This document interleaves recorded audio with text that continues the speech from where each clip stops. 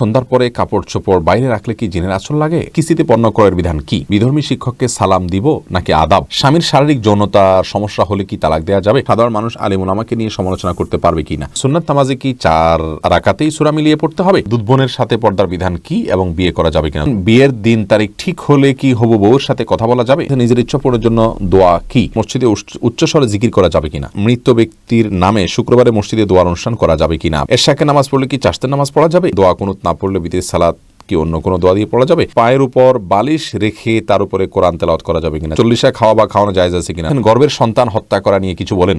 চলুন আপনাদের প্রশ্নগুলোর উত্তর দেওয়া শুরু করা যাক। এমডি সাজ্জাদ হোসেন, আপনি জানতে চেয়েছেন কিস্তিতে পণ্য ক্রয়ের বিধান কি? কিস্তিতে পণ্য ক্রয় করা জায়েজ আছে। ইসলামী শরীয়তের দৃষ্টিকোণ থেকে কোনো একটা জিনিস আপনি হয়তো নগদে বেচতে 10 টাকা, কিন্তু সেই জিনিসটা আপনি কিস্তিতে ভেঙে ভেঙে দিবেন, সেটার দাম 15 টাকা নিল সে, এবং 5টা কিস্তি বা 10টা কিস্তি বা অনেকগুলো কিস্তি করে দিল, আপনি সেই কিস্তি অনুযায়ী পরিশোধ করে দিলেন, এটি মৌলিকভাবে জায়েজ রয়েছে। এম এ হুসাইন সোহান জানতে চেয়েছেন বিধর্মী শিক্ষককে সালাম দিব নাকি আদাব? বিধর্মী শিক্ষককে সালাম দিবেন না যেহেতু তিনি অমুসলিম, আবার আদাবও বলবেন না যেহেতু তিনি এটা তার ধর্মীয় কৃষ্টি।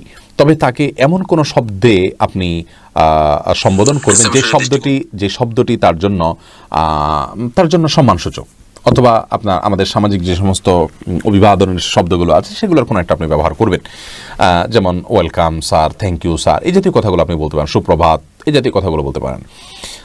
ধর্মীয় কৃষ্টি বহন করে এরকম কোনো কিছু তার জন্য বলা জায়েজ হবে না। স্বামীর শারীরিক যৌনতার সমস্যা হলে কি তালাক দেওয়া যাবে?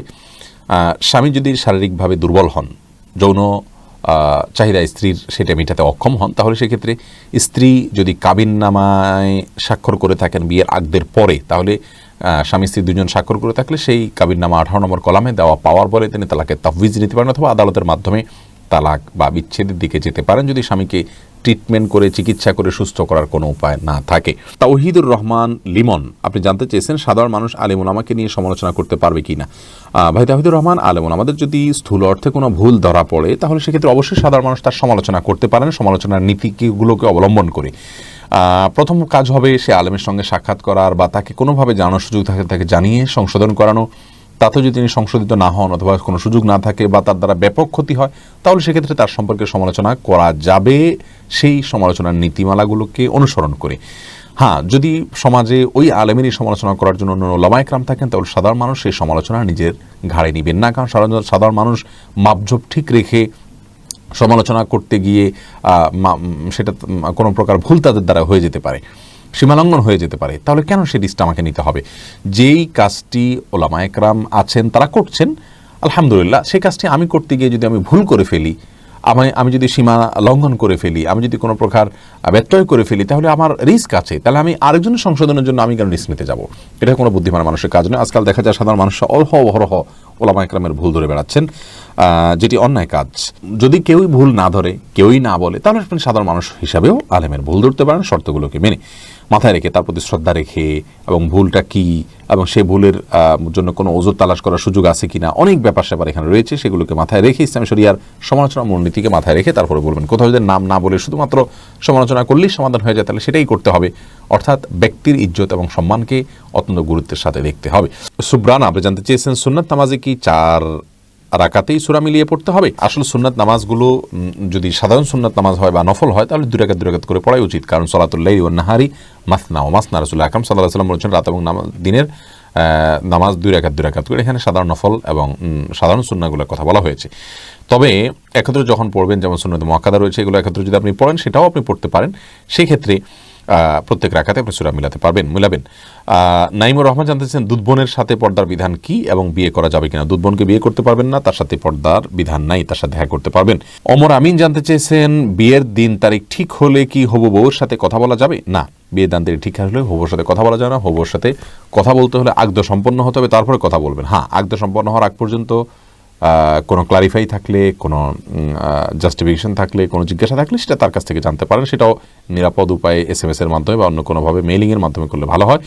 আর না হলে তার ভয়েস শুধু জানার জন্য, বোঝার জন্য এটা তো যখন তাকে দেখবেন তখনই তার ভয়েস আপনি শুনতে পারবেন, সেটার জন্য আপনি জায়েজ রয়েছে সেটা। কিন্তু পরবর্তীতে আপনি অনবরত তার সাথে কথা বলতে থাকবেন তথাকথিত ফ্রি হওয়ার জন্য, এটি জায়েজ নাই। ফাইজুর রহমান জানতে চেয়েছেন নিজের ইচ্ছা পূরণের জন্য দোয়া কি? ইচ্ছা পূরণের জন্য আপনি ইসমে আজম বলে দোয়া করবেন। ইসমে আজম বলতে আল্লাহ, এটাও সবচেয়ে বেশি সঠিক কথা, বেশি বিশুদ্ধ কথা।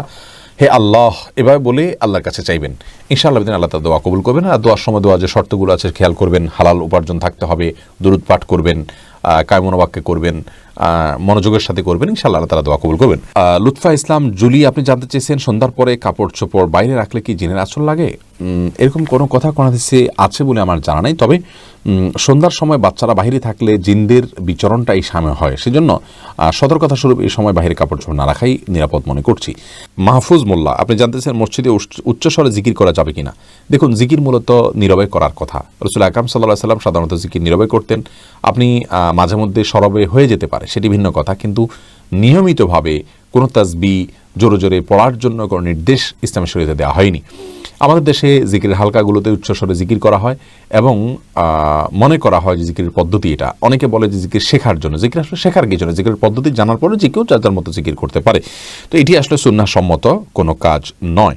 আফজাল হোসেন আপনি জানতে চেয়েছেন মৃত ব্যক্তির নামে শুক্রবারে মসজিদে দোয়ার অনুষ্ঠান করা যাবে কিনা? ভাই আফজাল, দোয়া আসলে অনুষ্ঠান করার বিষয় না, দোয়া নিজে করবেন আর অন্যের কাছে দোয়া চাইবেন।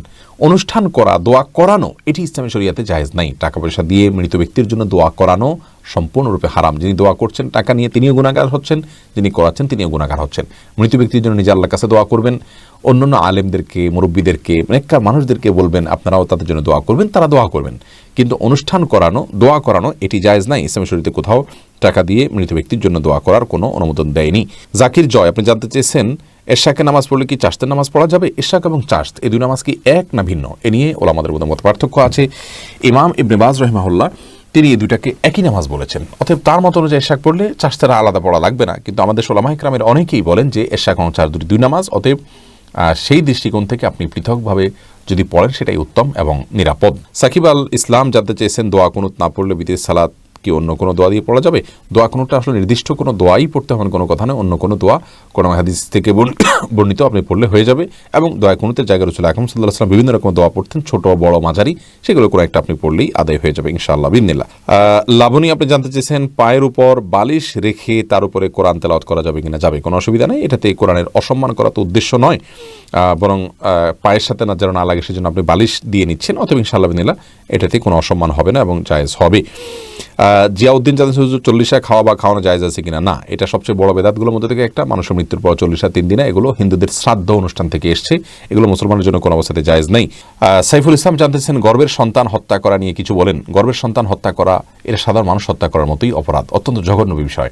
আল্লাহ রাব্বুল আলামিন বলেছেন লা তাকতুলু আওলাদাকুম খাশিয়াতা ইমলাক, খাদ্যের অভাবে তোমাদের গর্ভস্থ সন্তানদেরকে তোমরা হত্যা করে ফেলো না। অতএব এই বিষয় থেকে আমাদের বেঁচে থাকতে হবে এবং দূরে থাকতে হবে, এটি গুনাহের কাজ।